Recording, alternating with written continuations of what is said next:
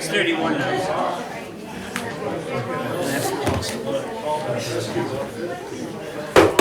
Call the meeting to order. I pledge allegiance to the flag of the United States of America and to the republic for which it stands, one nation, under God, indivisible, with liberty and justice for all.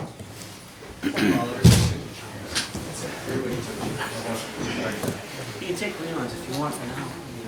Yeah, you can sit up there. Oh, here you go. Yeah, here it is. Just in time.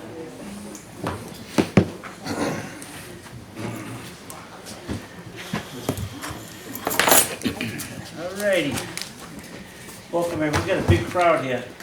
We unfortunately, we have town business that we're taking care of here, so whatever else we can do under other business at the end of the night. We're ready to go. Department heads. Yeah. Mr. Brown. Pretty much business as usual. We've been grading the roads. We've been working hand in hand with the water department because we're short-handed and gotten a lot of stuff done doing that. So that's pretty much it. We did hire, we hired a sixth guy. Yes, it's supposed to be here the 12th of June. That would put us at full staff to where we were when we went down Yes. at the end of the year. Also wanted to point out, and I shared with Tim and shared it with this guy, one of our newer guys, Gage Sharon, is running the grader. First time really doing it, grading the roads this year. A resident on McGarry Hill Road stopped by the town office last week and complimented, he just complimented the grader operator on the fabulous job he's doing. He said it's the best grading he's seen in 20 years. So He is doing a very good job, yes. They all are. Everybody is doing a good job. Including you? They're all pulling together. Including you. I don't do that. I burn gas and collect a check. thank you, Tim. Thanks, yes. Sam, you want to share anything? Sure. Oh, wrong guy. Tim Villa, As Tim stated, we've kind of busy fixing quite a few things, the water and sewer department. Today, for instance, we fixed 2 service lines and a catch basin and within 500 feet of the town garage. So we, other than that, we've got all our fire hydrants all flush for the year. Working on aerators. That seems to be a busy thing for the summer. And we're fixing bunch of sewer manholes on Canal Street and one on Stone Street. And gonna be cleaning one of the filter beds at the water plant here probably next month. So we've talked about that next week. Been busy. you have 2 of your guys taking a wastewater operator Yes, test On Wednesday. Wednesday, I got Jim McLean and Ken Frazier are going for their entry-level wastewater certification exam Wednesday at 9 a.m. in Frankfurt. So that'd be a good thing. Good. Robin. Planning board is this Wednesday. At their last meeting, they approved the site plan for Joel Dupuy to set up his utility trailer and vehicle sales and repair. Zoning board, we just had last Wednesday. That was a motion for a reconsideration, which they denied, because there's a landowner out on Buffalo Hill that built a house into the setback. He wanted an equitable waiver. They denied the equitable waiver, and then they denied the rehearing. So basically, they may appeal this to Superior Court. I did, oh yeah, and another zoning case is the Griswold potential firewood processing plant out on, it's off of Reed Road in Mount Prospect. They've tabled that, but it will be on the June agenda, so that's coming up. I got in the NVRC grant applications for both the storage tank project and the completion of Summer Street. So those are both in for NVRC. I also got both of the projects in their pre-applications for the drinking water state revolving fund And I only did Summer Street for the clean water state revolving fund. Those are pre-applications, the full applications will be due at the end of the month. And so will our USDA, our need for that. So there's a lot of work going into that. We've had a lot of permitting, mostly for food establishments, which is kind of encouraging because people like to see variety. Especially on Monday. Yeah, especially on Monday. So that's a cooperative effort between the fire, health, and life safety and zoning. So we've been going in for pre-inspections, giving them recommendations, and then doing final inspections before they can occupy the premises. So we've got 40 Canal, which is the Thompson building, which will be a Cute Kids Cupcakes, which is Chad Billings' wife. The Yellow Deli, so that's the space that the Thompson Mill owns next to where Simon and Tanner used to be.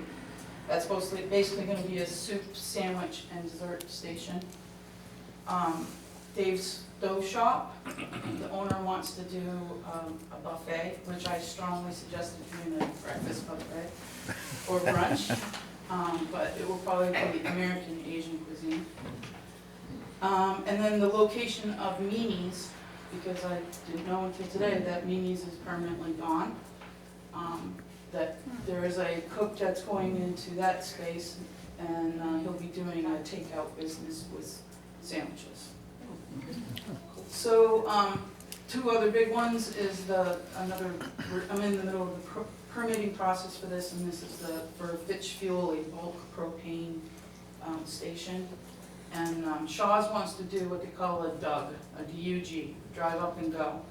So instead of having them park in their spaces, they literally drive up to the building and someone runs out and gives it to them, and it's more of a... So I'm trying to get the configuration of that.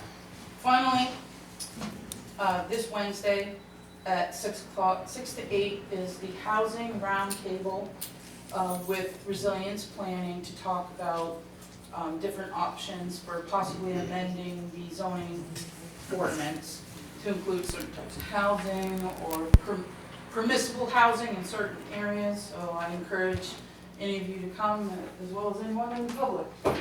Thank you. Thank you, Robin. Rusty, and then we can wrap it up. I gave everybody just kind of a brief of what I was going to go over, so I can just hit the highlights and just briefly have a question. I told you I was going to get back in front of you at some point with an update on what we were doing with pay-as-you-throw and where I kind of thought we were. I think I'm happy to state kind of where we're at for this year. It looks like we're maintaining at some pace. I won't know until the end of the year what it actually looks like, but we're doing probably better than I thought we were. On August 1st, I'd like to finally officially end the non-town bags, which in the original article were never supposed to be out there anyway. So this is just kind of like wrapping that part of it up. That would include Ben and I putting out notices both down at the transfer station, newspaper, town website, that kind of stuff. So we would let people know what's going on. The other thing that I'm asking for is issues with contractor debris. That's our other big deficit that we run down there at the transfer station. It's an ongoing problem. It continues. It's a shame now this transportation just continues to go up. We have been operating at $30 a yard for a long time. We have a difference between what we get rid of at the rear pad and what we get rid of in the middle of the transfer station, and that we can compact what's in the middle of the transfer station. Most contractors don't want to use that because it's cumbersome, but for us, it costs half to transport because we can crush it. So there's a monetary difference for us at the end of the day as a town between the rear and the front. Contractors are coming in with larger and larger trailers. These hydraulic dump trailers sometimes are 7 yards. And I think they've just figured out that it's easier to do that than a job site than it is to rent a roll-off. It's also a lot less expensive, but again, we're subsidizing that as a town, and I think at some point we need to catch up on that. So the compactor in the middle of the hill, I like to keep it 30 yard, and back pad I'd like to raise to 48 per yard, which is the same thing that Littleton has recently done as of about 2 weeks ago. I think that'll get us closer to catching up, and then contractors have an option. If they don't want to pay the 48, they're more than welcome to come and join the party and do it in the middle of the hill, or we can compact it and get it out of here for less. If they don't want to, then I think they need to pay the premium at the back. At least that's what my kind of observations show. So the other thing I'd like to add is I really feel like we shouldn't be accepting any more loose insulation. We quite often get insulation just in 55-gallon drums, and they just want to kind of like dump it, and then we have to clean it up, and it's airborne, it's loose, and it shouldn't be. It should be bagged or contained in some manner. So I'd like to implement that also, just to kind of clean out the airborne debris. It's been a windy spring. We've all been doing a lot of stuff blowing around the yard, and it seems like I'm constantly trying to clean things up, and the more I can consolidate things in bags and contain it, the better it is for me, so. So you said loose insulation. I didn't quite hear it yet. Loose. Insulation, and it's, you know, it's cellulose, it's blown in fiberglass, it's anything like that. Like I said, it's airborne. As soon as you get some wind, it's in the air. So it's not good for the operators, it's not good for the, surrounding residents. I'd like to just end it, put it in the bag, you bring it in, and then we're done with it. So 3 asks. And, that's where I'm at. I will say, Rusty and I have spoken, I'll just hit on, it's okay, the first thing you mentioned about the ending the non-town bags, and I think, Leon, at some point, we had a conversation a couple months ago when we increased the price. Our current pay-as-you-throw program, it specifically states that only town bags shall be accepted for municipal solid waste, and we've gotten away from that. So it's, in order to follow our policy, we need to do one of two things. We either need to cease putting non-town bags in MSW hopper, or we need to change our policy, which, I mean, our pay-as-you-throw policy should be changed anyways, or updated, but, so those, I think, Rusty, the easiest step obviously would be just to eliminate it altogether. Any non-town bags would go into the demo hopper. Correct, we would still allow a kind of like a demo bag, Right. Which we do now, contractor bag, Yeah. at a set price, and if they want to do that, they do. I've tried very hard to convince people it's half the price if they're buying a town bag, and it allows us to account for it a lot easier. But there's some reluctance, I think, some of that's just education. I said, Ken, it's been a long time since we talked about how pay-as-you-throw works. And I had a lot of people move into town, younger generations may not really understand that. That's why at the beginning I said, I think we need to kind of educate you with that information out there. I'm kind of frustrated that there was this allowance of non-town bags. Because I'm gonna tell you, if I had known I could have used non-town bags, probably I would have used some, because it could have been advantageous. I think it all started, like anything, it all started innocently. It was one, an exception one time, and then a second time, and all of a sudden we created a system to accommodate that exception, so.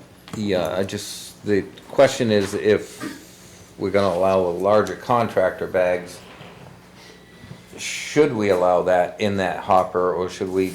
No, yeah, this becomes an accounting issue really more than anything for me. There's 2 different accounts, we have MSW and CD.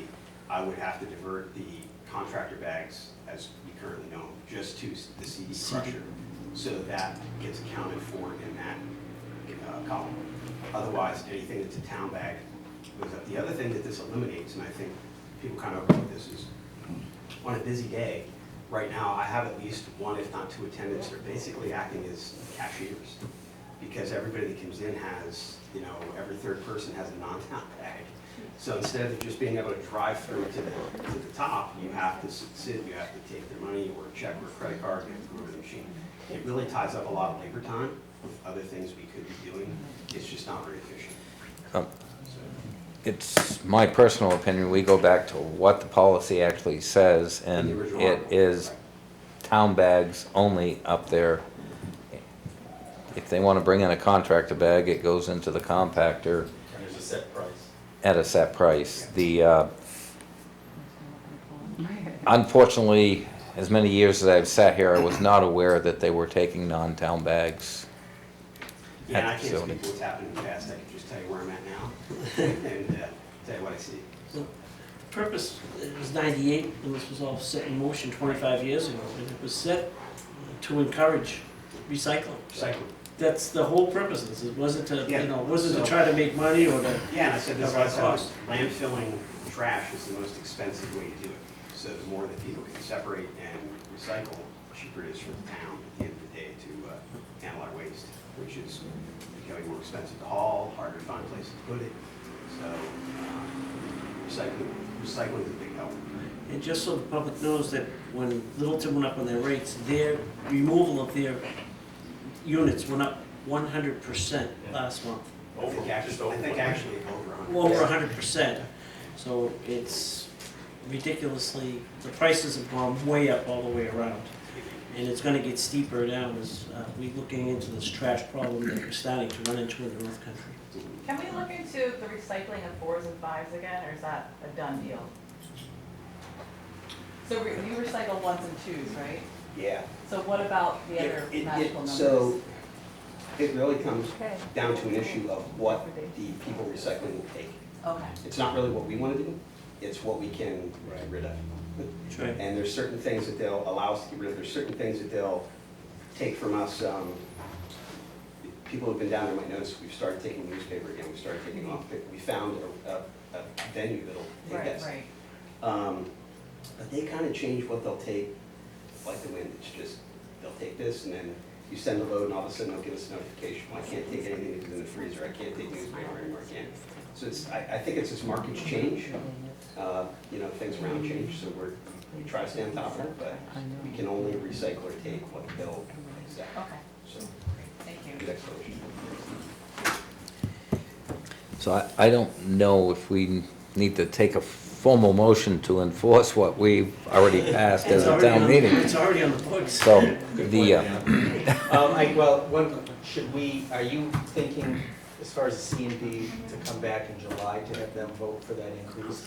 No, I'd like to do that. So really, that's the only thing that you're asking them to vote on, is to increase the C and D? well, Yeah. I think the insulation being loose might be something that we should set as a policy, just as I view that as an airborne hazard. It is, It yes. blowing around down there, and I would make a motion to not accept any loose insulation, that it must be bagged. I'll second that. Anything else? All in favor? Aye. And hopefully that makes it clearer, because not only is it a hazard when you're trying to deal with it, if you're trying to truck it down the road. No, it's a problem. Well, and I will commend Rusty and the crew down at the transfer station. They're doing a great job cleaning the place up and repair some siding on the building, give it a fresh paint job. So minimizing litter I mean, everything that goes there is litter basically, but minimizing whatever's blowing around the facility would be an improvement out of respect to the hard work they're putting in there, so it's much appreciated. So the stuff that goes through the crusher, Yes. now the reason why that cost us less to haul is because it's Yeah. compacted. So the open, and it's kind of a compounded problem. If you're down there, you kind of understand it. The pre-crusher halfway up the hill, which we can get between probably 9 and 11 tons, say, into, typically winds up being people from town that just bring in stuff. It's not contractors. The rear pad, which in an open top, we can maybe get 6 to 8 tons at best. Well, and that requires some equipment to crush it. Sure, Right. you know, and even then, we can't, it's just not the same. The problem is there's a steady procession a lot of days of these large trailers. And I talked to the operator down in Littleton, they kind of were confronted with the same thing. He said the last 4 or 5 years, we've seen more and more of these trailers. And instead of contractors getting roll-offs, which is what they always did before, they found an avenue to buy these trailers, come into town, so we're dealing with a lot more construction debris. So what used to be a fairly small deficit, I think, turned into a big one, and I don't think it's gonna get any better unless we get better. So I'd like to at least cover our costs, and I think making that increase on the back pad is a step in the right direction. Yeah. So the problem is the towns are taking it cheaper Yes, than everything. So once the town raises their rates high enough, Yes. then it should take care of itself. I think that will lose it. There's some other certification things that you Yeah. kind of are aware of that I think they're circumventing going around. They're going around it because the town doesn't require that. The, so basically,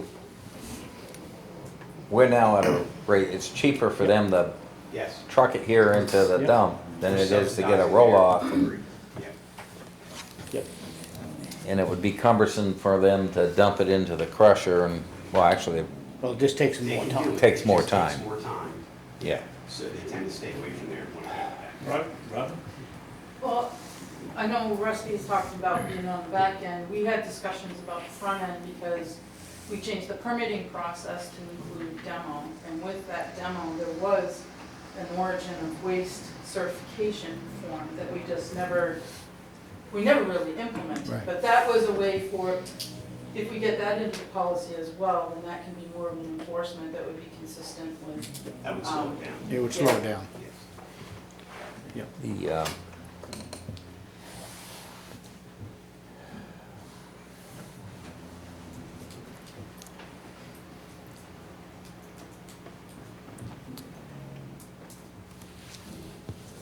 I hate to raise fees, as everyone knows.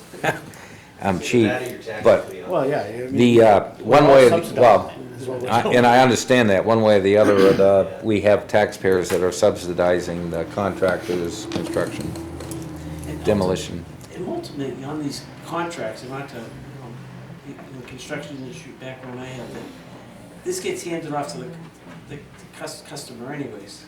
And some of the rates, if you look at these contracts, they're paying, people are already paying us to get rid of it. in their contracts. I So- think that's pretty common, because Shane's in the industry too. Very common. It's common practice. I understand what you have here. Your proposal is to stay at 30 for the, Because it's more efficient, and Right. at the end of the year, when we look back and get a real clear view of it, we've probably done okay there. But I think we are gonna see efficiency at the back is gonna be growing because of the volume that's coming in. So- So, make a motion to continue the $30 a yard for construction demolition waste at the compactor and increase the rear pad to $48 per yard. Do we need to include the $10? We probably do. That's customary with, because we have to put. That was something already, under. That was already in the, Okay. our fee structure though, right, the $10 that you put in. That's been in for a long. Right, so you don't. That have is, to vote okay, on that. so that's already in. Yeah, people can spend that. I'm just looking for the rate change per yard. And that's, what we're really trying to do is break even on our transportation and handling of this stuff. I want to be able to come in next year and say I don't have deficit, Correct. which is what I have. Which is, the deficit gets made up by every taxpayer in town, so. would that be effective immediately? No, August. August. We always got to, and that we should be mindful of any time we increase fees, that we need to send that notice out so people don't come in there and get surprised by fees that, and then, not that people aren't gonna read the newspaper, there'll be a few, but we gotta do the best we can to, We'll put on our Let people website, know. our Facebook page, Rusty will post it at the transfer station, we'll post it in the town office. and we'll, Say we'll put an ad in the newspaper, but I don't know how many people really read that, sorry, Paul. I forgot to put it in. You write the articles, they read that, but not the ad. and the ad will create a deficit. So, but, no, we definitely will give proper notice to them. All right, with that said, I'll second it. Okay, anything else? No. All in favor? Aye? All right, so August 1st, 8 to 48. Thank you, Rusty. Thank you. If you guys don't mind, there was a couple things on the new business items that Tim Billadu, we need him around for, so I don't know if you were planning on leaving as soon as you were done, or if we jump right to you, is that cool? Okay. One thing we wanted to talk about, that we do hard to believe we have nuisance water sewer users. Basically, the definition of a nuisance, our definition, at least the current one, are people that mess with their meters, try to circumvent the meters to get water for water and sewer for free. We have a few of them. The solution to that, at least for these individuals, would be to put meter pits in. They're located in a certain location where we can do that. So we put in why don't you explain it, because I'll mess it up. What's a meter pit? We have a bunch of places that people either take their own meters out, they put them back in backwards, and we always have to go back and fix it. We have to chase them around to get access to them. And there's a lot of places where people decided to hook on an additional building, and it doesn't even go through a water meter at all. So what these meter pits are is it's just kind of what it sounds like. It's not in the building, it's outside of the building, and it's in like a little vault that has a access that only the water department can get in and out of it. And then from there it goes in and it feeds their house. So I think a lot of these nuisance places, they ought to have a water meter pit put in, so they can't have access to it. And if they're adding buildings, they should add a meter pit. So, you know, we have one place where there's probably 4 or 5 buildings, and they're not even paying for any water.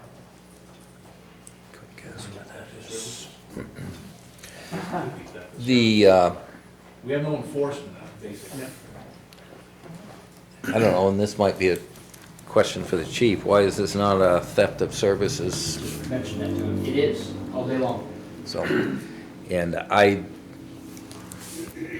if we have an obvious situation like that, my personal opinion is we should probably pursue that, as well as pursue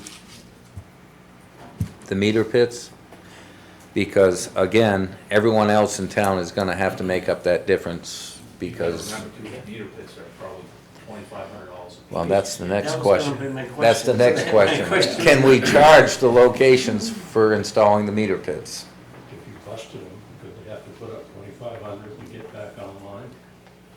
Well, the thing is, we don't have anything in writing that says, you know, if you do this, this is the repercussion, you know, so.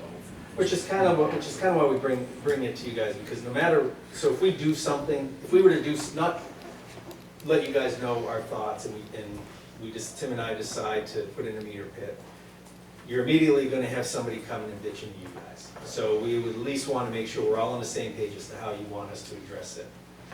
So then, if they come to complain, then there's at least some consistency on how we want to. My personal opinion, it's probably not legal, but would be the main building be cut off from water immediately and say you want it back, then this is what you need to do. Well, we have done that, and they hook them back up.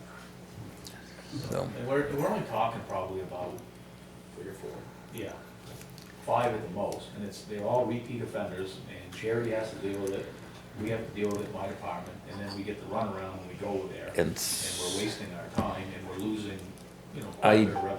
don't want to put more work on the chief, because I know they are busy too, but I think we should pursue criminal charges against anyone that's done this. Yeah. So is there, Look at it. is there a fine, if you go in at an odd time and find that the meter's unhooked, do we have any kind of a fine structure, nothing in place for that, right? We have a flat rate fee, or, you know, or Charity sometimes will do an average. If I'm always averaging, because I don't know usage, it's kind of. Yeah, I mean, if But you, one of these particular places, buildings are basically trailers, and they're, one day the trailer's there, and the other day the trailer's not. and if you use an average, and I know you're gonna use an average, I can disconnect my meter for 6 months, reconnect it for 6 months, and I'm only paying for half the water I use. I still feel that we should pursue criminal charges against anyone that we know has done that. And where we don't have a policy that says, if you do this, we're going to charge you, we probably can't, I think you need to start. but that's something we Like need with to all- look at. Yeah, like with all our other policies, this is another one that needs to be updated. Yep. So, I mean, it certainly bears But the between, attention. but between now and then, I think we should look at pursuing criminal charges if we know for sure And that might complicate your life there, chief. And it won't.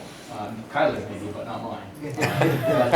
We don't have to tell people they committed a crime. If they're circumventing a system that's put in place and they're stealing, then it's nice to tell them, hey, you can't do this, but they should know they can't do that. Because they're altering something that is put in place for a reason. Well, So, and with that said, if we could, I mean, obviously, everyone has to be looked at individually. It can't just be, yeah, you've done it, you gotta be charged. It has to be looked at individually, and then maybe part of the court hearing could be install a meter pit at their cost and have a court order. Yeah. So there are different things that we can do with that, not just say that we have to do X, Y, Z before we look at it. Well, I know for sure in the ordinance, it does say that every dwelling, that's hooked to town water, it does have to have a water meter. So I mean, that verbiage is in our water use ordinance. So we have a little bit of stuff in here, but I don't know for sure if there's anything in regards to, levying fines or anything like that. But, and we don't need it. We charge them criminally. You stole water from the town of Lancaster. You know, if you walk into any store and steal something, you get charged.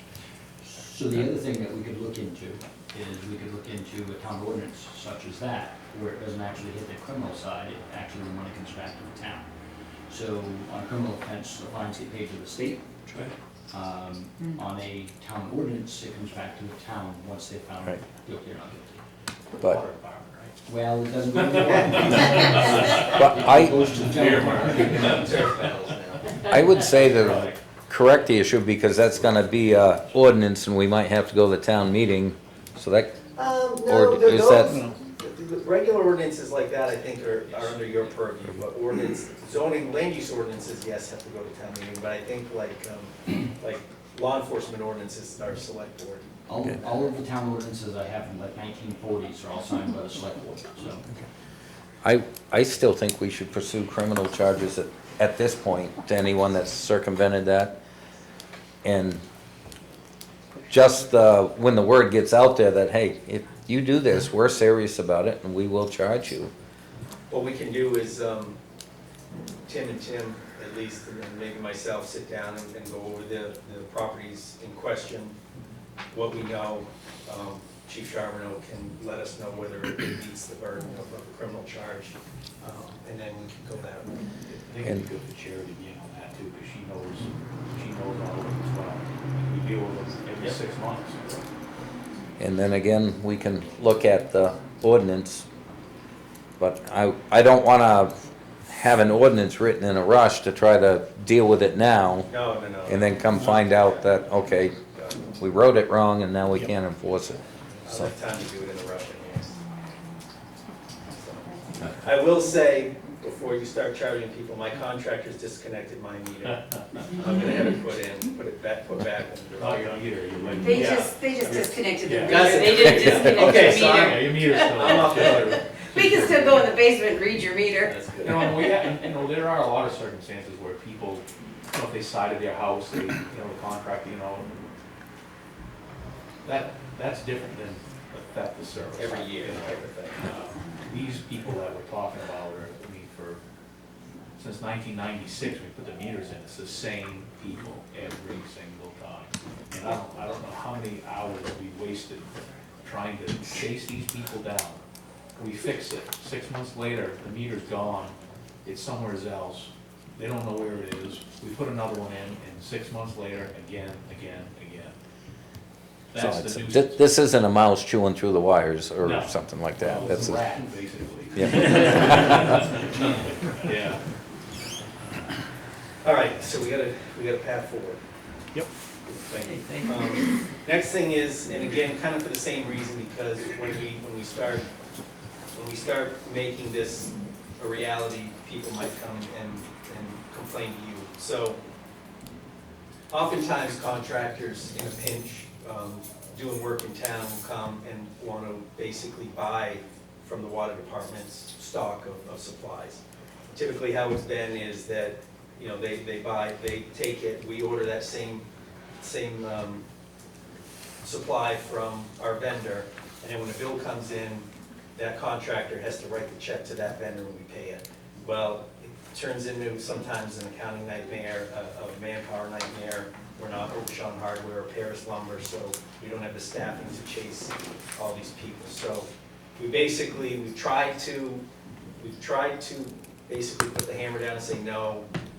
Contractors will come back and beg, and then we'll be nice, and then it'll turn into a problem again. So I guess what we're asking is for you guys to say absolutely not. We are not a hardware store. You will in no way do that anymore, or else you'll be in trouble, type of thing. So we don't have to be the bad guys.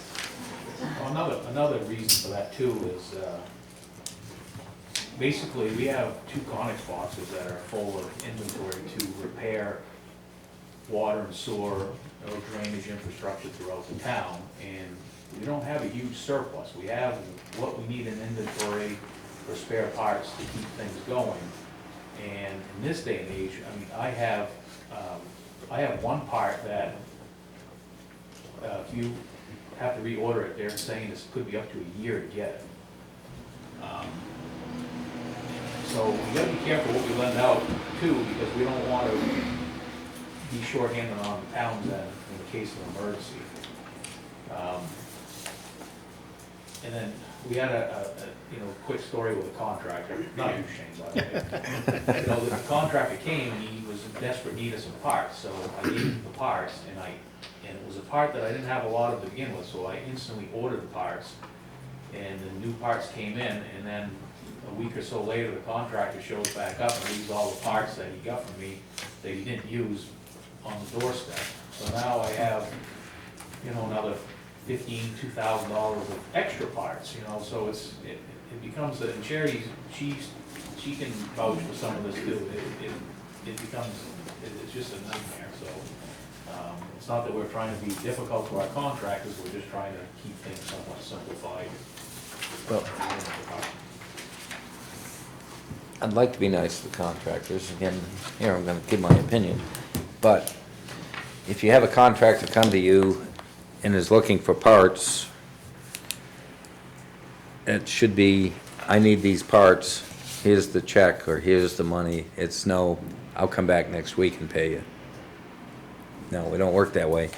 And if we're gonna do that, which it doesn't sound like we're going to, the town should recuperate not only its cost, but a small percentage above that cost, because you don't know what it's gonna cost you to replace it. I know other towns do that, they'll mark stuff up, 80, 90, 100%. But the problem is we don't have the staff to babysit this and restock and reorder and invoice stuff. It's too difficult for us.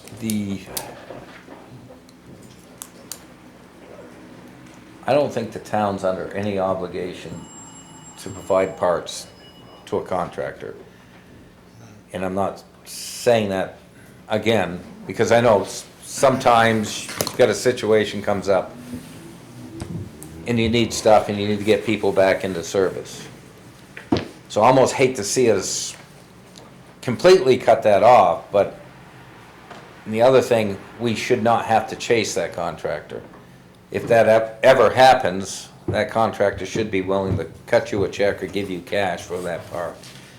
So Typically how it works, so we don't know how much that piece is gonna cost until we call the vendor, order it, and ask them to tell us. So it's not like we have a Chinese restaurant menu and it says, this Y or elbow, this amount of money. I'm saying, usually if you have it in stock, you know what it cost you originally. I don't know Well, about that. one of the issues we have is, this is more of my biggest fear than anything, okay? Let's say if I lend out a part, and it's the only one I have to fix what we have in inventory, and it's generally a part that I can get, and all of a sudden I roll it out, and then I find out it's 6, 8, 10 months out of stock. And I don't know that the day the contractor comes and gets it.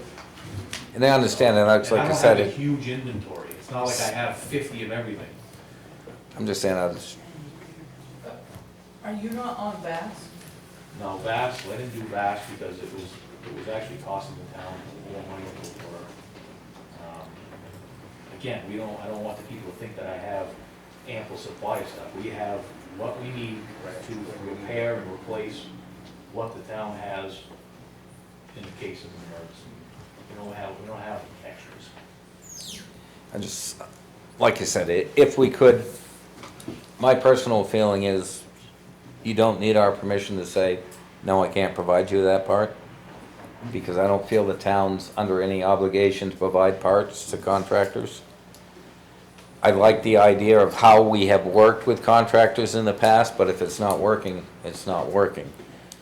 Well, we had that one incident that, for instance, the trailer park, they were jammed up, and we lent them a part, and it was like 6 months before I got the replacement part. So within that 6 months, if we would have needed that part, Right. we wouldn't have had it. So, So I mean, I guess, Leon, from what I'm hearing from you, and I think it's fine, is basically you're fine with us doing whatever we feel is necessary. Whether we classify an emergency and provide something in that instance, or do nothing, or if we put a policy in place, and I'm just saying an unlikely situation, something happens at the hospital, and we have the part, and we can give it to them, versus them trying to, I'd hate to sit here and set a policy that says he cannot do that. as opposed to a contractor who scheduled a job 3 months ago, and Go now it's in. coming the day of the job to, and say, Yeah. oh, shoot, I need this stuff. Yeah, emergency. So, if it's a critical emergency, I want you to have that flexibility. But if it's just a general contractor coming off the street saying, well, I didn't get this part, and now I need it to finish my job, we're not under an obligation to do that. And my concern is if we set a policy, we're not gonna give any contractors any parts, then you have a contractor that something happens at the hospital, and then you give it, now people are saying, well, but you gave it to him. How does that sound? Would you rather it be my Well, decision? the whole moral of the story is like I said, I don't keep 100 of each part, so there's a fine line of what they get and what they don't get. So, Which is fine, it's- so so if because I know you're busy, and if the ask has to come through me and I determine it's an emergency, then I reach out to you and say, can you provide this? And if you say yes, then it's yes. If you say no, I can't, then it's no, no matter what the emergency is, or And if you want, whatever. if you want to police that, I don't mind being, I just say, we only have 2 and we're not letting them out. right, yeah, that's fine.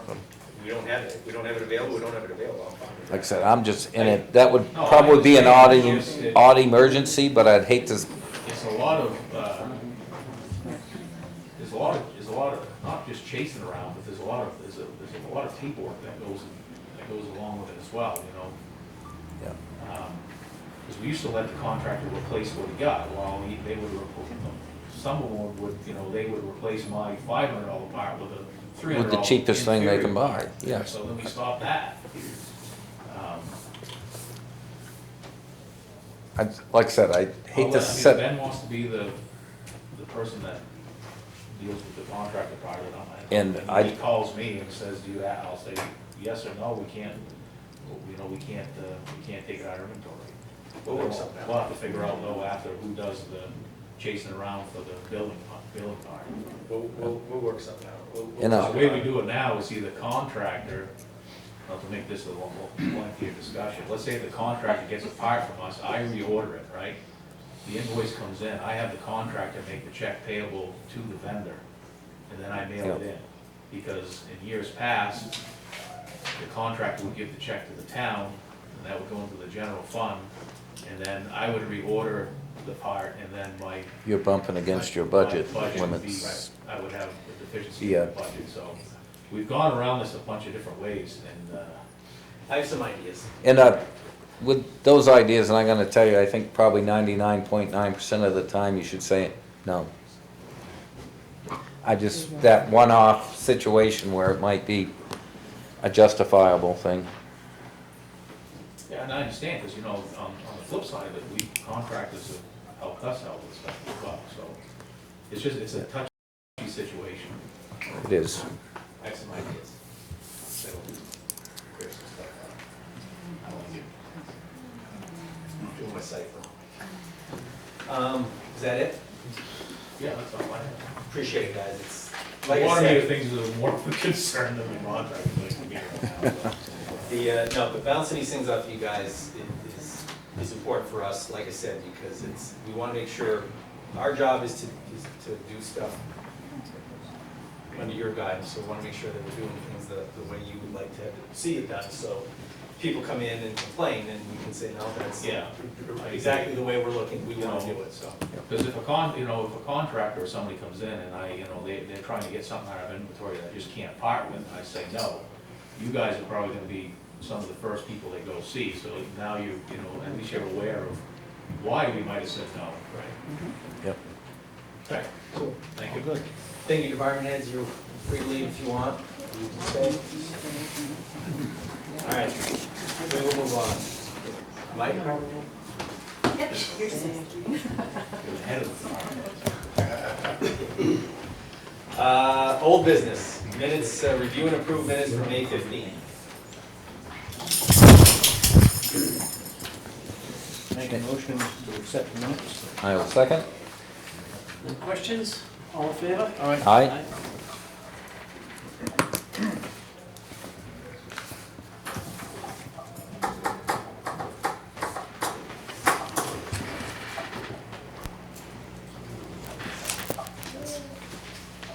Thought I had it.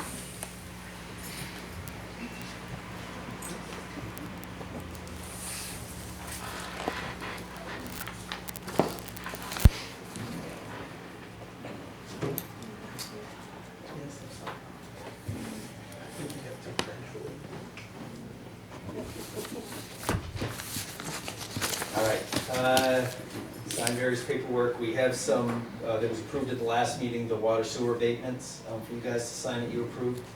First one is Joe Juna at 44 Elm Street. The abatement, the amount abated due to a water leak, total amount was $6,200.10. Caused frozen pipes, caused the leak. His typical bill should have been $827.70 as opposed to just over $7,000.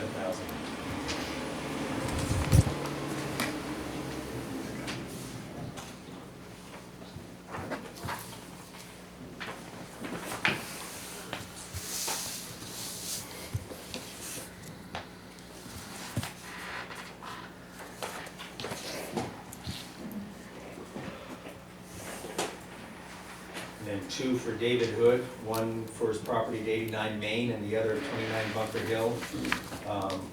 The abated amount, just the sewer portion at 89 Main was $155.25. In Bunker Hill, the sewer portion was $169.05. So there's two places for that. Again, those are, you guys approved those last meeting.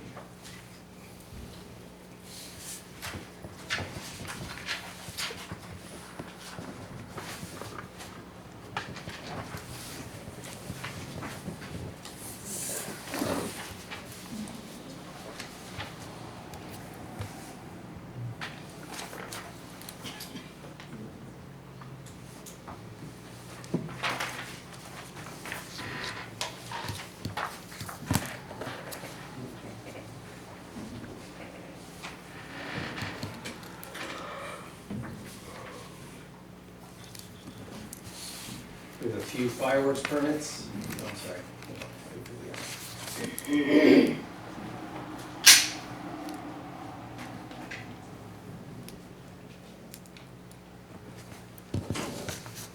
We have a few fireworks permits, one for Eric Van Leuven.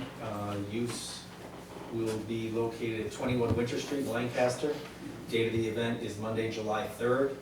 Signed by both the police and fire chief.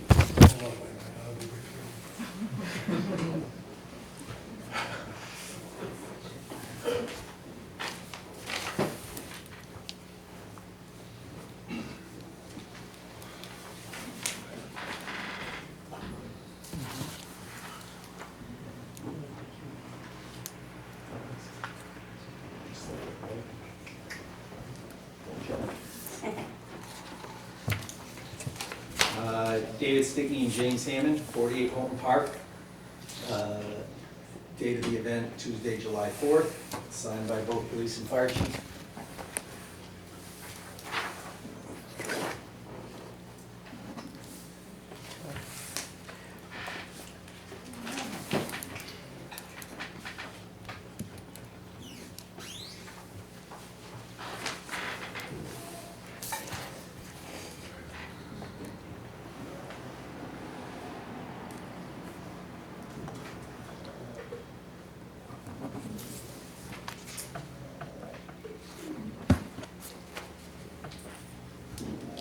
Last one, Dennis Down, excuse me, Dennis Downs, 24A Mechanic Street.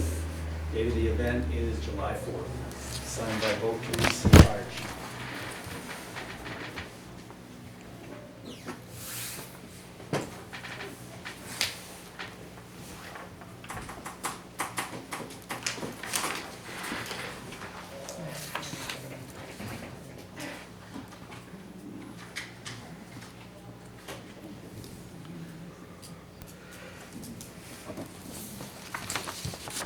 We have a couple of veterans credit requests, tax credit requests, one for David Falkenham and Joanna Falkenham at 180 Garland Road.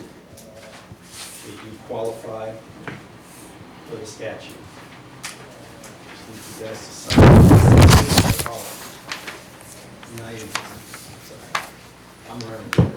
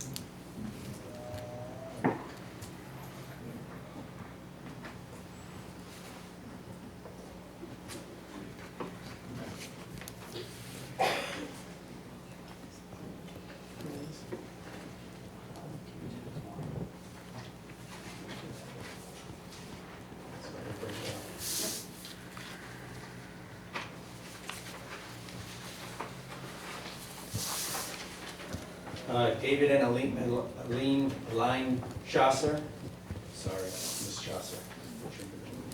Veterans credit, qualify per statute. Signed it. Oh, so back page. There. No, I'm sorry. Turn around. That page was back into this page. I'm There we sorry. go.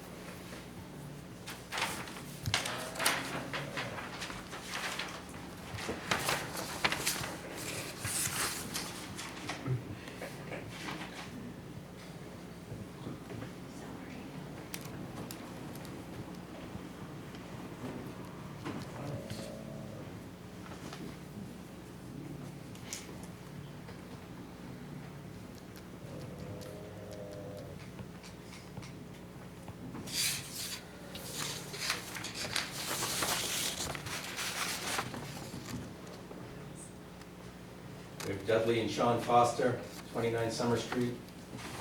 Recommended to approve the veterans credit. They qualify for the statute. And we haven't adopted the credit. The town. I think that's important. Well, the readoption, yeah.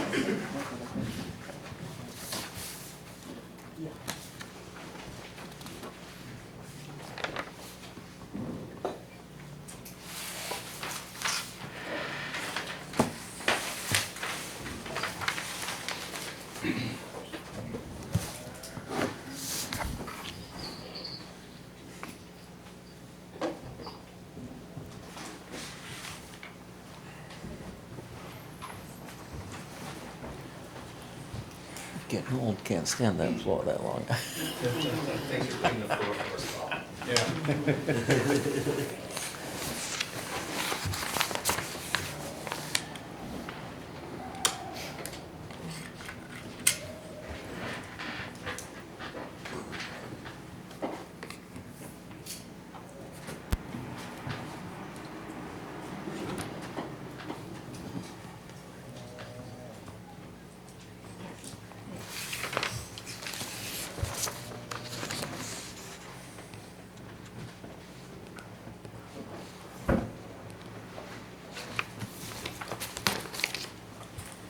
Daniel Reed, 299 Elm Street.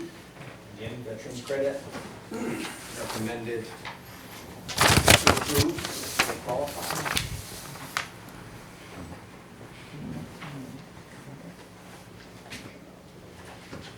So, Joe, go ahead. Joe? Yep. I thought he was dead. Huh? I thought he was dead. John? Yeah. It's reborn. Did you prove?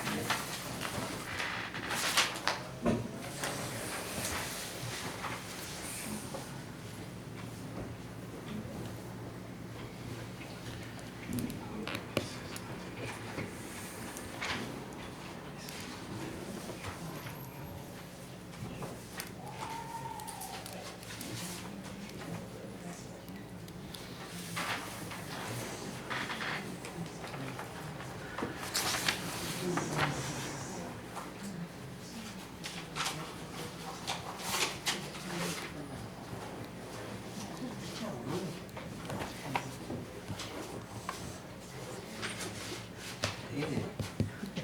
Donations, money, relax. He did. It's not lobbying proceeds. Last one is Jonathan Lennon, 91 Elm Street. Qualifies for veterans tax credit.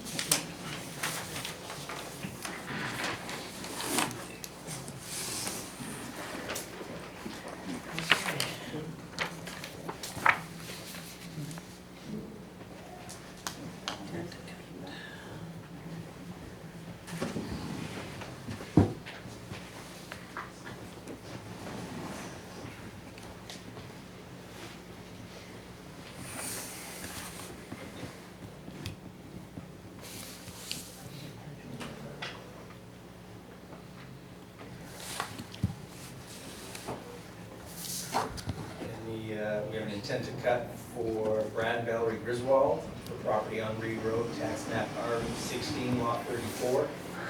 Size of lot is 98 acres, the acreage to be cut is 15.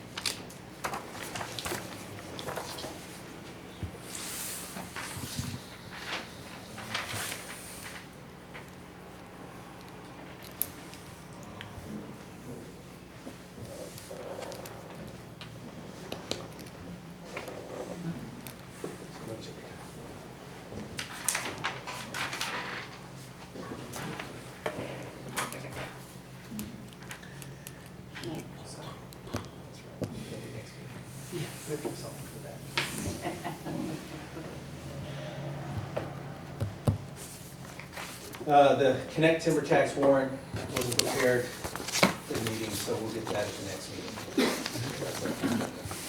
Next item for old business is Davidge Corner. At the last meeting, we talked about the solution that you guys, I think you guys voted on, at least the path to move forward as far as realigning the road. I did reach out to Attorney Frizell to see what the process would be. Basically, we laid out a kind of a rough timeline. It would extend, have to extend into next year. So we're talking about sometime this year, which we're doing right now. Inform the select board of the need for a town meeting vote, as well as a lot line adjustment through the planning board for the swapping of the land. The old road goes to Davidge, the new road from his land will come to us. Again, this year, as long as the select board agrees, we would develop an agreement, contract, MOU, 1, 2, 3, all of them, I'm not sure what it would all be, between the town and Davidge, John Davidge, outlining the responsibilities and cost burdens.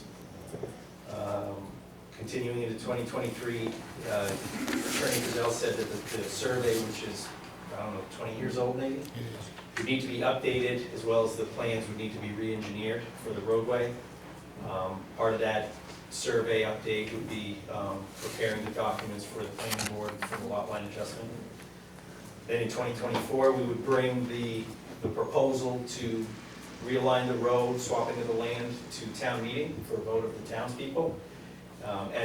During that vote would also be the road dedication and acceptance by the town. If that is successful, we would then bring that lot line adjustment request to the planning board. If that is successful, then we would put the job out to bid if necessary. We're thinking that it's basically going to be a job done by a private individual, Mr. Davidge, so maybe he could just, and he's going to be paying for it, so it would potentially just be up to him to decide who does it.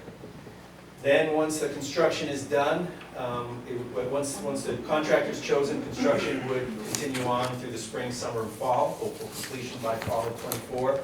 And then once everything is all done and the road's ready to open, the town and Mr. Davidge would exchange deeds for the properties that's being swapped out, as it's approved by the planning board, and then we'd be back in business.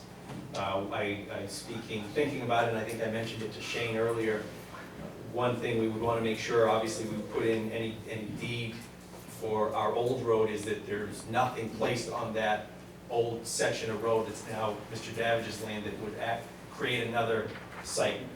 Another issue. Right, so we're kind of stupid if we didn't do that, and then he planted another hedge road there. So that's how that's looking. Should we continue with from there, which the next step would be to then start talking with Mr. Davidge? We'd obviously engage Attorney Frizzell to draft the proper documents to kind of solidify this. Mr. Chairman, will you recognize? It seems to me you're addressing half the problem. You're gonna move that road down towards the pond, going towards Rob's house. What are you gonna do about the road going up towards Corrigan Hill?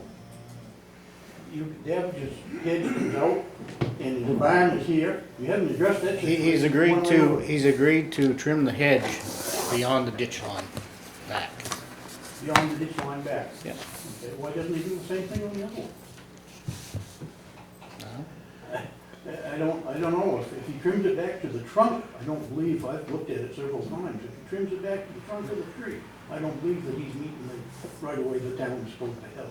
And his barn is on the other side, it doesn't move any. No. And you can't move the road away from that edge.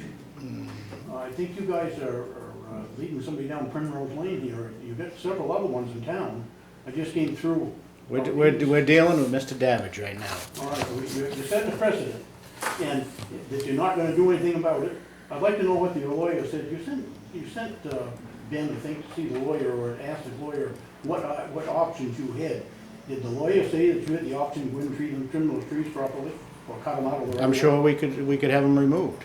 We were working. Did he say that? You went and saw him about it? Well, if it sits on town property, I would think Yes. that you could, yes. I thought it was a waste of time to ask the lawyer that. I think it was It's pretty much, and I believe that's the thing. and this problem's been going on for quite some time now. 20-some odd years, Yeah. and he's going for another 20. You know, we're addressing it, and we're going to take care of it. I don't think you're gonna take care of it. I'm sorry. Well, I guess the question is, at what point do we also start looking at what the estimated cost is going to be to move the road? There is no cost to the town.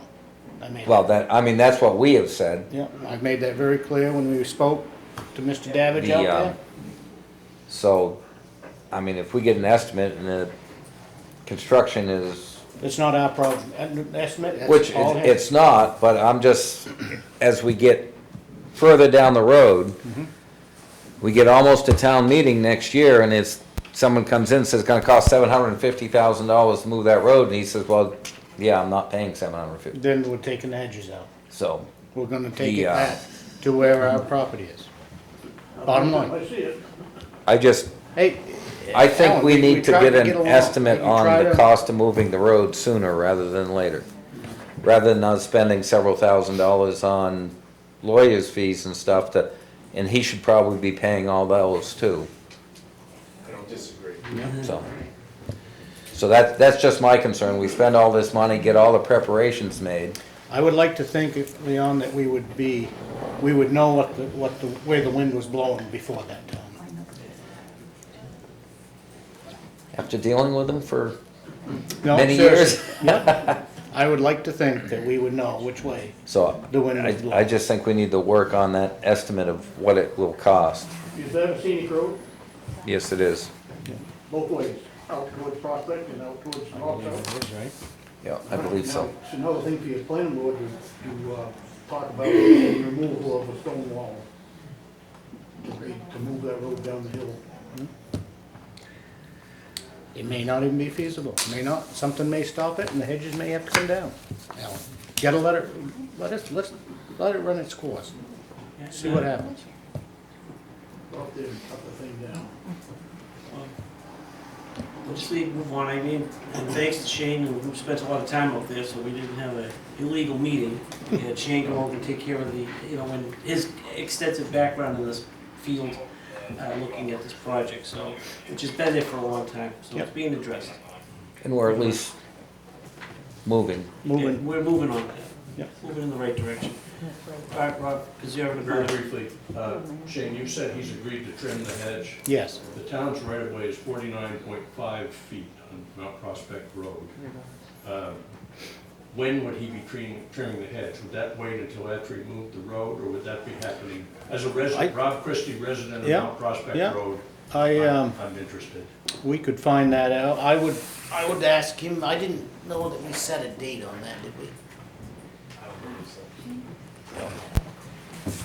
Good question. What I'm getting at Yeah. is, you don't want to see this kick down the road Nope. another year and a half, because then if it turns out it's too expensive for him to move the road, and the hedge still isn't trimmed, Yeah, and the road I measured, it's only about 30 feet. no, that's a good question, I think we failed to ask that when we were out there, I can call him up and I'll, maybe by next meeting I'll have an answer for you, how's that? Thank you very much.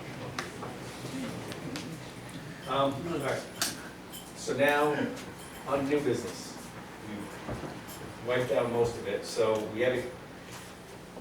got to know, speaking of John Davidge, John Davidge donated money from his donor advised fund to the Greg Cloutier Memorial Park. But he made it to the town, made the check to the town of Lancaster to go to Greg Cloutier. We're not necessarily being a fiscal sponsor, the Rotary Club is.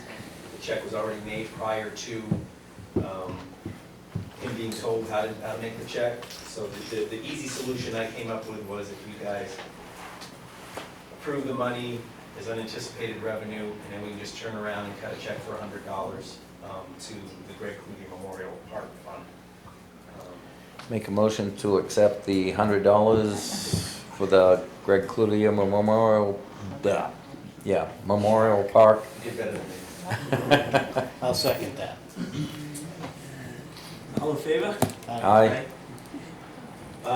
Next thing is unanticipated revenue. We received $900 more for donations for the Main Street beautification that Tricia Frenette and all of her supporters do. So we need to, and obviously you guys have probably seen the flowers are out, flower boxes are out. There's benches and loungers and stuff strewn across the parks. There are two, her husband Wayne is constructing two swinging benches. One's gonna go in Centennial Park, you'll see where it's ribboned off, and there's some buckets, 5-gallon buckets on top of the holes. Those are gonna be planted in there. And then there's one at the new park down off Canal Street. There's gonna be one of those placed there as well. So those will be coming in the next probably week or so. So anyways, $900 to the Lancaster beautification. Make a motion to accept the unexpected revenue of $900 to go towards the Main Street Beautification Fund. I'll second it. All in favor? Aye. Oh, you know what? When you amend that to be 1,000, I missed a check that was in the envelope for $100. Sorry. Make a motion, well, we already approved it. Well, can you- Make a motion to accept $100 I'm sorry. I'll second it. for the Main Street Beautification Fund. All in favor? Aye. Aye. So moved. Thank you. All right, now for your information, we have application for air permit for Amanuset Asphalt at 653 Main Street. It's an application through the Department of Environmental Services. This application is available for review in the town office. In your packet also, there's a copy of the planning board agenda for next week, June 14th. We have a few land use permits, one for Eric and Sally Livingstone for 6 Grandview Drive. They're going to install a solar array, roof-mounted solar array. Mark Fixter, 137 Prospect Street, construct a wraparound 10-foot wide deck on both gable ends of his cabin, meets all setbacks. Chris and Jessica Williams, 279 Main Street, interior renovations, including replacement of flooring and bathroom work and installation of this is for the hair salon at 279 Main Street. I wonder about a home needed 2 hair rinsing sinks. Because of that. Ronald Terrian, Page Hill Mobile Home Cooperative, 41 Second Street, installation of a mobile home. And lastly is a sign permit for Jessica Williams, doing business as Mary's New You. That's where the 2 hair rinsing stations are going. 279 Main Street, Mary's New You is moving from downtown Main Street down to where George Skipsy and Susie used to have his office. And that's all. Oh, our website, about a week and a half ago, our new website went up and live. Charity, myself, and Robin Thursday got a little small tutorial session on how to update it. We're a little rusty at it, not that we were very productive on our old one, so updating of this current one will be a little bit longer until we get up to speed on how the new system works. It's a whole new platform and everything, but looks nice. Check it out. Same web page, lancasternh.org. Rob Christie, Lancaster. I just was looking at the website. I wasn't able to find a calendar. You used to have a calendar on the website, and there doesn't seem to be a calendar anymore. And also, I was interested in seeing what the agenda was for tonight. That was didn't why. seem to be posted. Okay. Yes, that's why. Not being critical, just No. Yeah. telling you so you know what's missing. No, we talked about that, and The yeah. calendar would be great. Maybe those Thursday afternoons I'll be able to use it to teach myself how The to run. calendar is up, I'll show you where it is.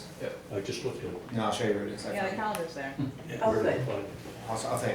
Yeah. I looked. Yeah, no, we'll, like I said, we'll get up to speed on updating that. One thing that we are going to do, as far as the calendar goes, a lot of people kept asking in town, how come you're not, publicizing this event on the calendar and this event on the calendar? One thing that I don't want to see the town do is list other organizations' events on our website or on our calendar, because I know what will happen, because it happens many times. If for some reason that event changes and we're not made aware of it, then it's our fault somebody showed up for it and it wasn't there. So it's not the calendar, was just for the town. Right, for town stuff, yeah, we'll get that. But, so what we're trying to do is create something where we'll have links to those organizations' pages, so if somebody, so basically if they know that there's an event and there's a Facebook page or website or something like that, people can go there, click on it, and then everything should be updated as long as the organization updates their stuff, so. Doing it as our 10th, 11th, 12th duty of the day. Be patient with us, because it's just as easy to shut it off as intended. You would shut off the town website. Wouldn't that be interesting? The only town be like Dalton with no zoning. No website. Like I said, we have a lot of stuff to do, and updating the website is one of the fewer things on the top of the list. That's all we've got. Okay, that's it. Thank you. Okay, anything else, Leon? I don't have anything right off, but I would like to mention the June 11th event that we will be holding here at the Town Hall, sponsored by the VFW and several other organizations for kids. Basically, touch an emergency vehicle type thing. We'll have a coloring station, hopefully some hamburgers and hot dogs, as well as some displays of fire equipment and police equipment, and some story hours by firefighters, police officers, veterans, and our town maintenance workers. And we are calling it Meet Your Hometown Heroes. So, Okay, so I'd like to. Okay. So on June 11th, I know a lot of people are here for this tonight, and we addressed this last meeting. This was, an event was booked into the library by the library trustees, which is a separate entity. It wasn't booked by them. Wasn't booked by them, it was Somebody's renting the space. renting the from space them. through the library trustees, which has absolutely nothing to do with the selectmen here. As much as, both sides, we have letters in support here that we've all received. Letters against the event, we've all received. I can tell you as a 4-term state legislator, and Leon is a legislator and a selectman for too many years to count, because I put his age up there. Number one thing we can't do is change the rules in the middle of a game, whether you like somebody or don't like somebody. If they break any rules there and they're not, any other rules they break when they do the event, fine. It's a 1-hour event, it's on Sunday. I appreciate, the people showing up and their concerns for this event, but I just want to say right now, there is absolutely nothing as a select board that we can do about this event. And if my 2 selectmen want to chime in on what I have to say, fine, but that's, I run into events, permitting all the time when there's, anything, whether it's the landfill or event things going in. We just can't change rules once something's done. And that's it, that's the society we live in. the only thing I'd like to, like I said, encourage people to come out, because the event that will be here at the Town Hall from 12 to 2 on June 11th is for children of all ages and all children, and would appreciate anyone coming in, assist, or just enjoy the time. I don't want to draw any more attention than necessary to what's going on down the street. I basically am the same as my fellow selectmen. There is nothing we can do. It's gonna happen. So. Got a couple of people that- A couple of people in the back. State your name, if by the way, anybody speaking, please be a Lancaster resident and quote your comments briefly. If you're not a Lancaster resident, I really respectfully just let the Lancaster resident speak. Thank you. A business in Lancaster? There's a business in Lancaster, would that qualify? I would think so. I don't think so. Yeah, sure, go ahead. Good evening, thanks for hearing me, and thanks for what you're doing on Sunday the 11th. My name is Brandon Guide, I own Riverside Camping and RV Resort, also state legislature and an attorney and business owner. I don't know if you have any influence, but when you say we can't change the rules in the middle of the game, it has come to my understanding that you cannot attend the event unless you bring a child. And this could result in a lawsuit, because the bylaws of the Leeds Memorial Library say, provided that their meetings are open to the public. This is a meeting that's open to the public, there are no restrictions. I want to go to Sunday's event to fill the chair, but I want to go. And I can't because I don't have young children. So they are violating either the bylaws put out by the trustees or the policy by the town of Lancaster by saying you cannot attend unless you bring a child. So, in my opinion, legal and otherwise, either the event has to be canceled or that has to be changed. If that's changed, fine. But people will line up who don't have children, and they're gonna be told that they can't go in, and that's a violation of public policy. And violation of the library policy. So I'd like to get your, your take on that. But the same would be true for any child's event at the library. Like, I take my kids to the different story hours. If you don't have a child, you're not gonna come to the story hour, correct? I'm not gonna discuss this, we're not here to discuss it, I'm addressing it to you. The fact is Fair enough. that anything in a public library, and the policy said it's open to the public, at any child's event, any adult should be able to go that doesn't have a child. And any adult event, any child should be able to. So this is a public meeting, there's no restrictions on entrance. But Sunday, if I go to that meeting and I want to be admitted, they're gonna tell me no because I don't have a child. That's not, I have a few definitions of public from all the different dictionaries, and it's unrestricted access. So I would ask that you address that. Chief, would you like to? So I would look at it as nothing to do with the town. It's nothing to do with the library. It's being rented out. I can rent that, you can rent that for any private function, and this is considered a private function that they've opened to a certain amount of people. Right, but Chief, the policy of the library is so They- long But they as. rented it out to somebody else. That's where that policy stops. If the, No, the policy is for people who rent. This is the renter's policy. It says the room is also available to groups or organizations with civic, cultural, recreational, or educational purposes, provided that meeting is open to the public. So, the fact is, if I get in line, I expect to be admitted if I'm a member of the public. And the group should be told, I assume it's the thing, the group should be told that they have to admit anybody who wants to enter. Obviously, you have to have the proper decorum, library decorum and whatever, but anybody who wants to enter should be able to enter. I have not read the policy as far as they've been, so I can't even comment on that. As far as what the policies are for the library itself, their bylaws, if you will. I think that's something that should be discussed and maybe council should be looked at. Well, that's the trustees' responsibility. The trustees are the ones that are responsible for the library ultimately. It's not the selectmen, it's the trustees of the library. Okay, so it is a town, it is a town building, correct? So the building was given to the town by the Weeks family for the benefit of a public library that is then managed by the trustees. So basically, it's under it's basically managed by the library director under the supervision of the trustees. So the building is the trustee's responsibility. Who owns the building?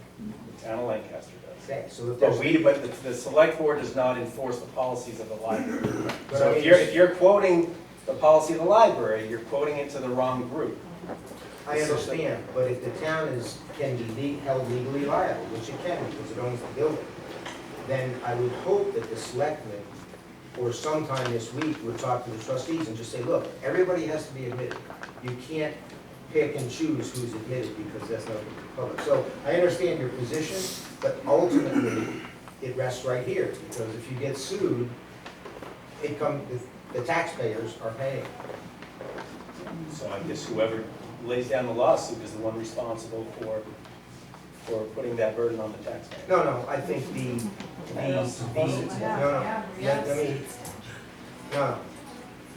whoever violates public policy is the one responsible, and that's why I'm bringing it here. If the policy is, to all groups, you have to be treated equal.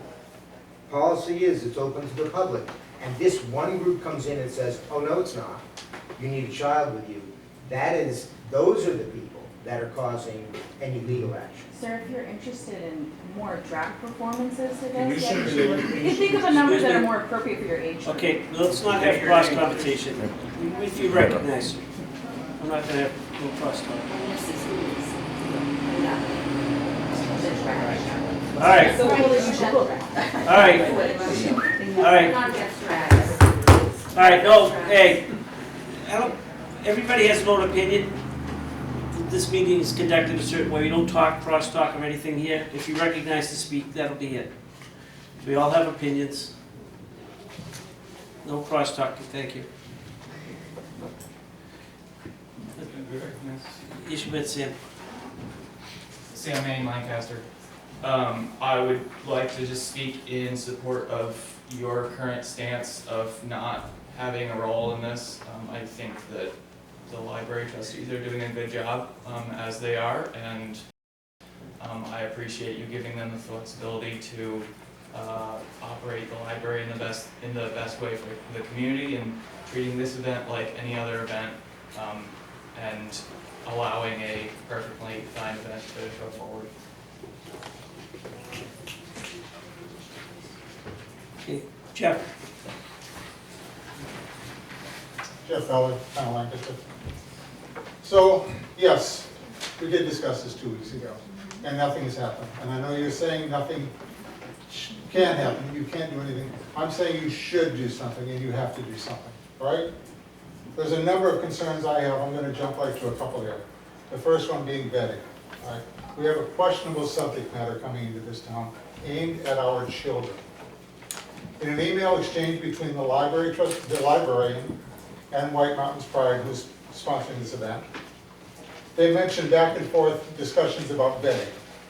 And there was apparently supposed to be some contact between White Mountains Pride and you, Chief Charbonneau. Did they ever reach out to you? And was there any vetting of the performers conducted? No vetting, there's been contact. Okay, I know there's been contact, and there was specifically in some of the email exchanges between, I'm forgetting, the youth librarian and White Mountains Pride. And the who, I'm sorry? And White Mountains Pride. Ronnie's age. Ronnie, I'm sorry, Ronnie, yes. None Between Ronnie and White Mountains Pride. none that I've been Okay. involved in. They were specifically said that they would be reaching out to you. In fact, they said they had reached out to you, and they would be hopefully hearing back from you the following Monday. I don't know if that ever happened. So I've gotten several people that have come in Okay. contact with that, and about this is their event, this is what they've done, and asked what the rules and regulations are gonna be for peaceful protesting. Okay. And peaceful protesting is very, very clear as what it is. You have a right to protest and say you don't want this here, but it has to be peaceful. If Okay. it's not peaceful, people have to leave. I would ask everybody that's involved in that to keep it peaceful, because in mind that the children are going to be there, and that anybody that is beyond peaceful is either gonna leave or they're gonna be arrested. And that's not what we wanted. That is not the function of the police department. But I can't have everybody at each other's throat and have a melee in the middle of town. That's not happening. Okay. No, I got that, and I appreciate that. So, what I was just trying to get at is, was there ever any vetting? It sounds like not. It sounds like White Mountains Pride apparently is claiming, at least to Ronnie, that they've vetted these people, and we're taking them at their word for it. Now, I found some interesting information about these, well, at least one of them, we were able to get an actual name for one of the drag queens, Justin Marshall out of Vermont. All these, both of them appear to be out of Vermont, quite some distance away from us. He is currently facing a DUI charge for 2 times the legal limit. In this case, it's currently in the courts, okay? And I know, that's DUI, that's, a mistake maybe. There's another charge that I was able to find out about just 2 nights ago, where he was arrested by the, I'm gonna mispronounce the name, the Vermont, the Lamoille, Lamoille. Okay, there you go, the County Sheriff's Department in Vermont, for domestic assault, unlawful restraint, and interfering with emergency services. Now, I have some deep concerns that So let me stop you right there. Has he been arrested for it, or has he been convicted for he it? was arrested for. Okay, so Okay. he's innocent. So have we looked guilty. into that? And I guess my question would be, were you aware of that? Were any of you aware of that? Absolutely, You were aware of that? absolutely not. Okay. And that's my question. There's been no checking into. I don't know what happened with those charges. We're still trying to find out. But I have a real deep concern about someone we're putting in front of our town's children in the library. Quite possibly almost unsupervised, because it sounds like we're gonna have some difficulty getting anyone in there with any bias, or any unbiased, whatever you wanna call it. So I'm deeply concerned about that. All right, so we got some deep concerns about vetting. All right. I also have, it's my understanding that a number of citizens, as you mentioned, are intending to protest one way or the other that day. I've heard some in churches, some at the fairground, a number of them at the library itself, some trying to get in, some not getting in, right?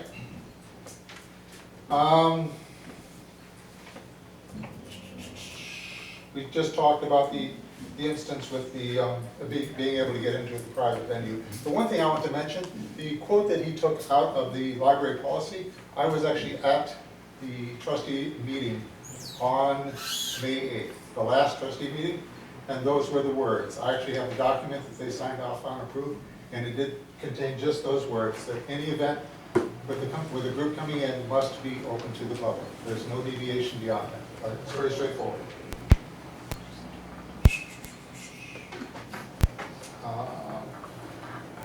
There's a number of people that plan to be present inside the library and outside during the day of the event. And based on past experience, I would expect that the drag queens and White Mountains Pride will bring their own supporters. Individuals I've spoken to intend to remain lawful. But we are aware that the drag proponents can have a different set of priorities. And as a result, there's a concern for safety of our town and our residents on our properties. Has a threat assessment been performed, and how does the town plan to guarantee the security They of our will town? have the same amount of rightful protest as the protesters against it. I understand that, but are we prepared? Yes. If Yes. 5 people, if 50 people, if 100 people show up? We're prepared. Okay.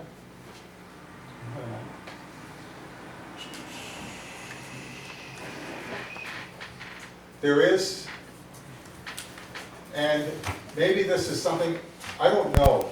I don't know all your rules, and I don't know what is within your purview and what is not. But maybe this is a time when you need to take a look. Anything that falls upon this town, we elect the 3 of you gentlemen to represent our town overall. You are our selectmen. What you're basically telling me is that public facilities in our town that we're paying taxes to are able to go ahead and just do whatever they want completely outside your control. That's essentially what you're telling me here tonight. So, I'm- wait, I'll just, back to what I said earlier about changing in the middle. We have discussed, preliminary discussion, I've mentioned this with the town manager, when this whole, after this was done, of going forward with some kind of policy. One policy to look at is that if it's rented, it's gonna be used by Lancaster residents. That's something that I truly believe should be happening with this. Like I said, we had no idea this was a done deal and rented, but going forward, that's something that we should look at, is changing policies, and absolutely, this is probably an eye-opener to look at changing some policies. But like I said, we're just not gonna change them now because there's an event next Sunday, we just can't, that's gonna take some changing. On that point, I want to step back to one other thing. So, again, at the library trust meeting and the last selectmen's meeting, we were led to believe that planning for this event had been finalized. I since have learned through the 4 requests that we initiated that no. The check was received on about the 14th or 15th of May to pay for it. The document signed by White Mountains Pride formally requesting the event was not signed until the 19th of May. So this all happened well after the town had already spoken and started to raise concerns. It's news to me. That's absolute fact. I have the email track. That's The email track. news to between me. Monty and White Mountains Pride. An oral contract is as good as a Oh, it's not. No. No. No. Yes, And- stockbroker, I was. Hey, plenty Rob, involved in Rob, contract. Rob, goes even though you're a resident, I, please, don't do that. Thank I you. can sit here and say that I'm 100% opposed to this happening, but we do have rules in place that unfortunately, and not actually unfortunately, but there's rules in place that says we can't overrule the library trustees. Do I think we need to change the policies for the rental of that room? Yes, I do. Absolutely. I 100% agree, and I had looked at it, loved to stop it. I don't believe this board can stop it at this point. That's why I have been working on trying to get this other event going.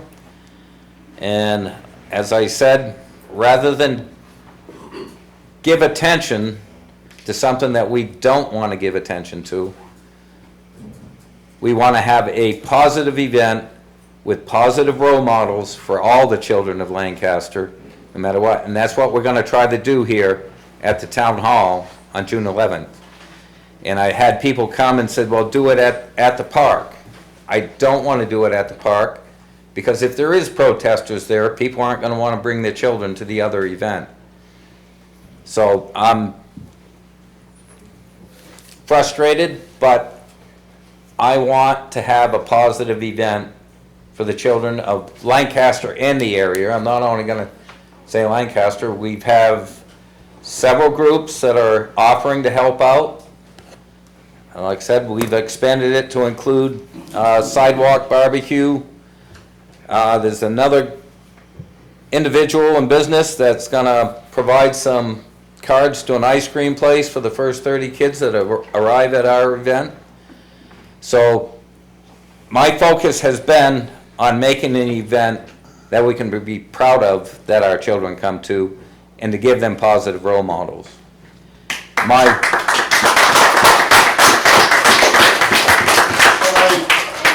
appreciate your efforts at that event.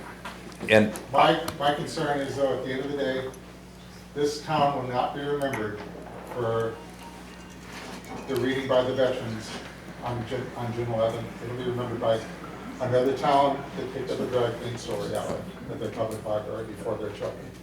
That's what we'll be remembered for here. And I'd like you as a committee, or you as the selectmen, if you can't stop the event, what can you do? What are you prepared to do to discipline the library staff, the library trustees, for what they've done in the position they put this town? Okay, we can't discipline them. That is the voters of Lancaster at town meeting. They're elected officials just like we are. So we can't punish them, and that's not a possibility. Like I said, I'd like us to focus on the positive event and provide that avenue for the townspeople to come to and enjoy. Okay, Rachel?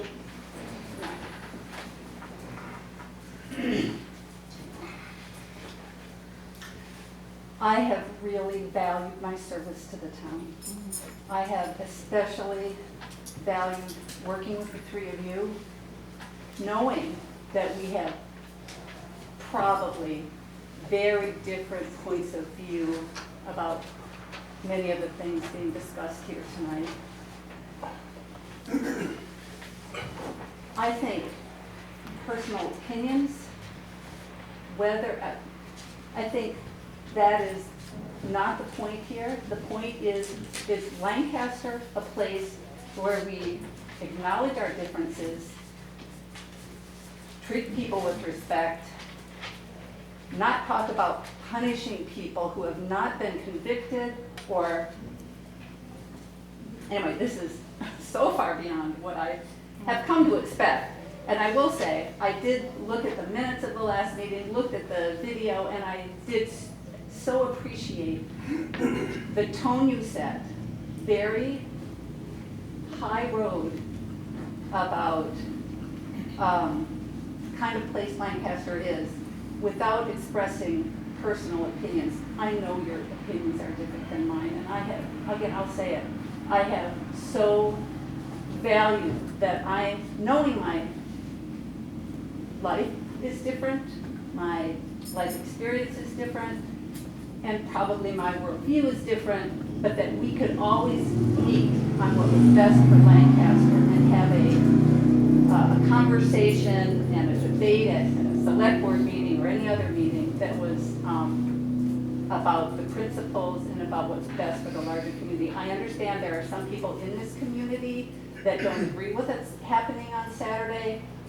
I don't think that means the town is against it. And I think it's a mistake to say that the town should be doing something because a small group of people, or maybe a large group, who knows? But that's not how you operate a town. I'm going to start rambling, so I'll stop, but I appreciate, Troy, your willingness to let me speak, and thank you again for your very high road last year. And the last year. All right.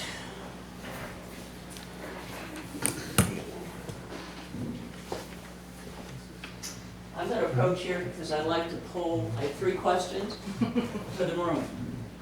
My name is Kay Hartnett. I moved here 4 years ago. I am stunned by what I just heard. This is New Hampshire, a land of town meetings. My 3 questions. Who in this room has been to a drag show in their lives? Okay, so what? 8 people? Who here has been to a drag story hour? 1 person. We're adults. Okay? And how many people here, number 3, have been assaulted by a drag queen?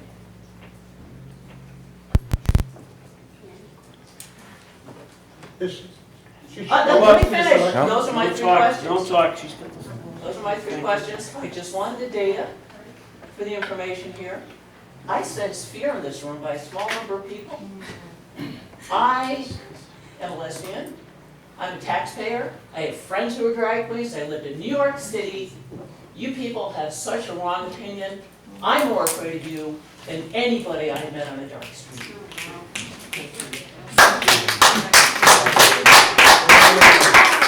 You forgot to ask how many people have been assaulted for who they are. A lot of women have. Yeah. If I might. By men. This conversation's being changed. It's not about lesbian, gay, it's about children in front of a drag queen story hour. Thank you. That's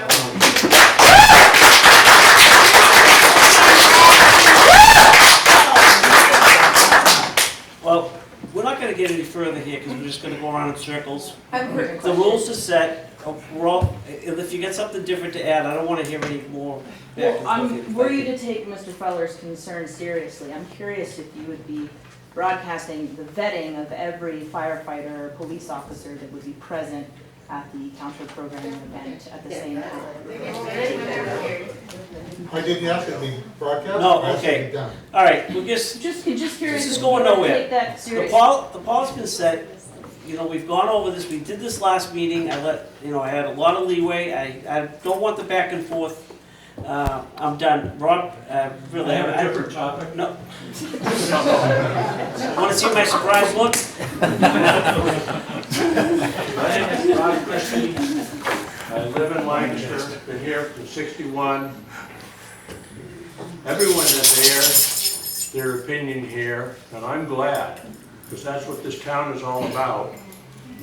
But I'd like to think that we all know where we all stand, and we can leave it like this.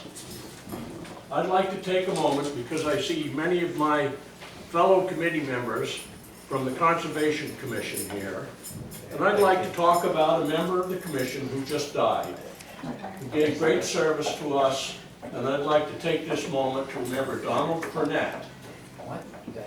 So, at 12 o'clock yesterday, the Fish and Game Department notified Donald Burnett, notified of a hiker that was having a medical issue on East Pond Trail in Livermore. The 59-year-old male hiker had departed from the trailhead at 11 a.m. with a hiking partner. The intent was to hike to Little East Pond at approximately 11:45 a.m. The hiker collapsed on the trail. His partner called 911, began life-saving measures. The backcountry forest manager with the Forest Service came within 40 minutes. Fish and Game came. Linwood Ambulance, Woodstock Fire, Waterville Public Safety, Pemigewasset Search and Rescue. Unfortunately, the hiker succumbed to his medical issue and was not able to be revived. The hiker was Donald Burnett, 59 years old, of Lancaster, New Hampshire, and he was carried out, his body was carried out 1.5 miles. Thank you. Now, Donald worked with us at the Conservation Commission without complaint.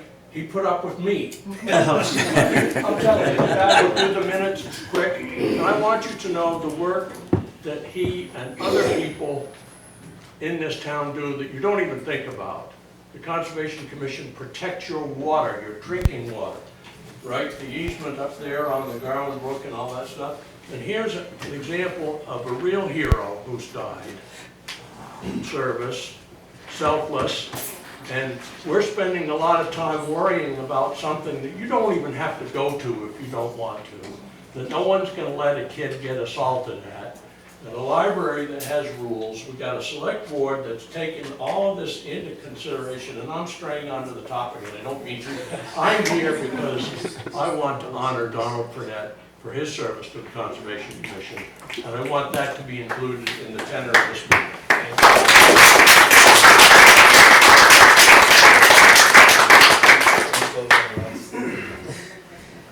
Anything else from the board? No, I just hope, when this is all said and done, again, like I said, Lancaster is a very accepting community. We'll come back together and work as one for the betterment of the town. That's all. I have nothing. Motion to adjourn. Motion to adjourn? Second, I'll second. second, all in favor? Aye. Thank you. Thanks, Rob.